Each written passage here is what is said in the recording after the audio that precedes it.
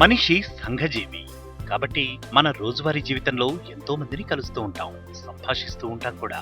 అయితే అందులో భాగంగా ఒక్కోసారి కొన్ని విషయాలు చర్చిస్తూ ఉంటాం. మన కమ్యూనికేషన్ లో ఇతరులతో చర్చించడం, దాని ద్వారా మన జ్ఞానాన్ని పెంచుకోగలుగుతాం. ఆ తర్వాత సరైన నిర్ణయాలు తీసుకోవడానికి ఈ చర్చలు అనేవి చాలా బాగా ఉపయోగపడతాయి.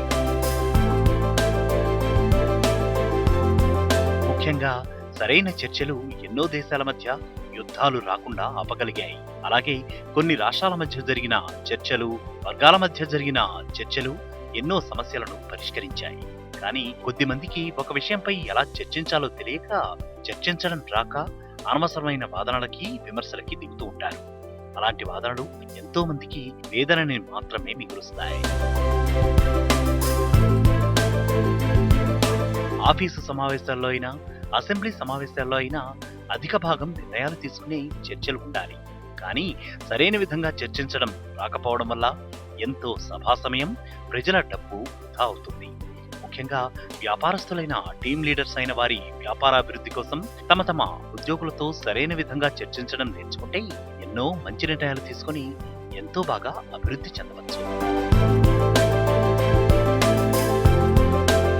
ముఖ్యంగా ఒక ఉద్యోగం సంపాదించడం కోసం వెళ్లే వారికి ఇంటర్వ్యూ అనేది ఎంత ముఖ్యమో, ఆ అభ్యర్థి కమ్యూనికేషన్ తెలుసుకోవడానికి గ్రూప్ డిస్కషన్ కూడా ముఖ్యం. కాబట్టి ఆ కంపెనీ వారు గ్రూప్ డిస్కషన్ పెడతారు. ఇలా డిస్కషన్ లో విజేతగా నిలబడటం అనేది చాలా బాగా అవసరం. అయితే కొన్ని టీవీ ఛానల్స్ లో ఉదయాన్నే చర్చ పేరుతో రాజకీయ నాయకుల మధ్య ఎలాంటి వాదనలు జరుగుతాయో మీరు చూస్తూనే ఉంటారు. అవి వాదనల నుండి అరుపుల నుంచి గొడవలా అనిపించి చాలా మంది ఇక ఆ టీవీ ఛానల్ ను మార్చేస్తారు. ఫ్రెండ్స్, మీకు చర్చించడానికి ఏ సందర్భంలో అవకాశం వచ్చినా సమర్థవంతంగా ఎదుర్కోవడానికి, అలాగే ఎలాంటి చర్చలో అయినా విజయవంతంగా పాలు పంచుకోవడానికి మనం ఇప్పుడు మాట్లాడుకునే విషయాలు అనేవి ఎంతో బాగా దోహదపడతాయి. ప్రతి చర్చలో లేదా వాదనలో మిమ్మల్ని విజేతలుగా నిలుపుతాయి. ముందుగా మనం అర్థం చేసుకోవాల్సింది, చర్చ అంటే విజ్ఞానం మార్పిడి అని, వాదన అంటే అజ్ఞానం మార్పిడి అని. ఎందుకంటే చర్చ అనేది ఇద్దరు లేదా కొన్ని గ్రూప్ల మధ్య సత్యాన్ని చేరుకోవడానికి చేసే సంభాషణ. కానీ వాదన అనేది మాత్రం కేవలం మన సత్యాన్ని ఇతర వ్యక్తులు నమ్మాలని, ఇతరులను ఎలాగోలా ఒప్పించేందుకు ప్రయత్నించి మనం గెలవాలి అనుకోవడం కోసం చాలా సందర్భాల్లో జరుగుతుంది. చర్చలో విషయాన్ని విషయంగా చూస్తూ, ఎవరు అంటున్నారు అని చూడకుండా ఏమి అంటున్నారు అని చూస్తూ తమ ఆలోచనలను ఇతరులతో పంచుకోవడం జరుగుతుంది. చర్చ అనేది ఒక ప్రత్యేక సమస్యతో కూడిన ఆలోచనలు, మరింత అనుకూలమైన మరియు సహజమైన ఆలోచన మార్పిడికి సహాయపడతాయి.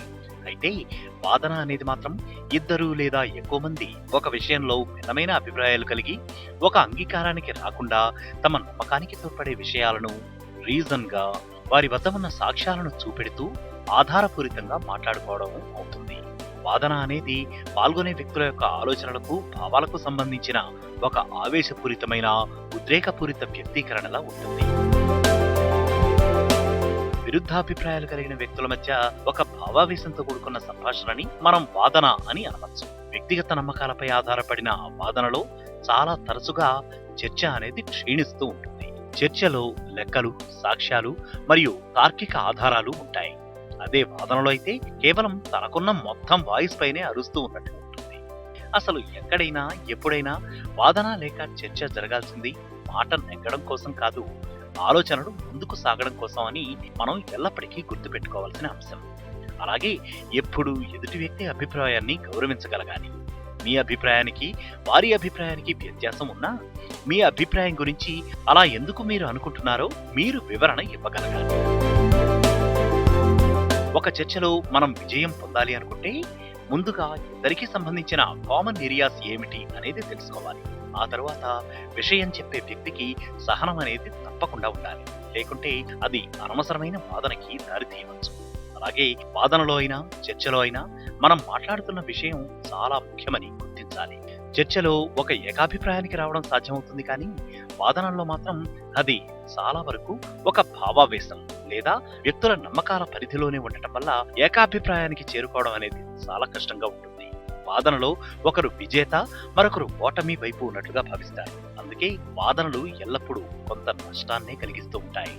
అందుకే అంటారు, మీరు వాదనలో గెలిచినప్పటికీ ఒక మంచి మిత్రుణ్ణి కోల్పోయే ప్రమాదం ఉంది. చర్చలు సాధారణంగా ఆరోగ్యకరమైనవి, ఎందుకంటే అవి వ్యక్తుల మధ్య సంభాషణల ద్వారా సంబంధాలను నిర్మించగల సామర్థ్యాన్ని కలిగి ఉంటాయి మరియు దీని ఫలితంగా ప్రతి ఒక్కరికి విజయం సిద్ధిస్తుంది. మనం ఒక వాదనలో మూడో వ్యక్తి దృష్టి నుండి చూడగలిగితే వాస్తవాలు అనేవి తెలుసుకోగలుగుతాం.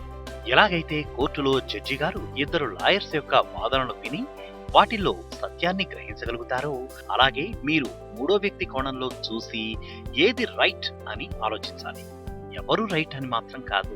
ఒక చర్చ ఫలవంతం కావాలి అంటే చర్చలో ఉన్న ఇద్దరికి కామన్ ఇంట్రెస్ట్ ఉన్న విషయాలను ముందుగా చర్చించుకుని ఏకీభవిస్తే చాలా మంచిది. ముఖ్యంగా చర్చలో పాల్గొనే వారికి సహనం, అలాగే ఎప్పుడు మౌనంగా ఉండాలో తెలియడం అనేది చాలా కీలకం కూడా.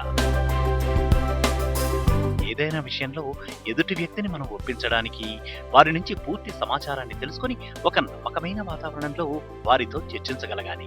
అలా ఒక ఒప్పందం కుదుర్చుకోవడానికి చర్చ అనేది ఎంతగానో సహాయపడుతుంది. అందుకే మీ రోజువారీ జీవితంలో ఎక్కువగా చర్చల్లో పాల్గొంటూ ఉండండి. వీలైనంత వరకు చర్చని వాదనగా మార్చకుండా చూసుకోండి. అప్పుడు మీరు ఎన్నో కొత్త విషయాలను నేర్చుకుంటారు, కొత్త కొత్త బంధాలను ఏర్పరచుకుంటారు. All the best.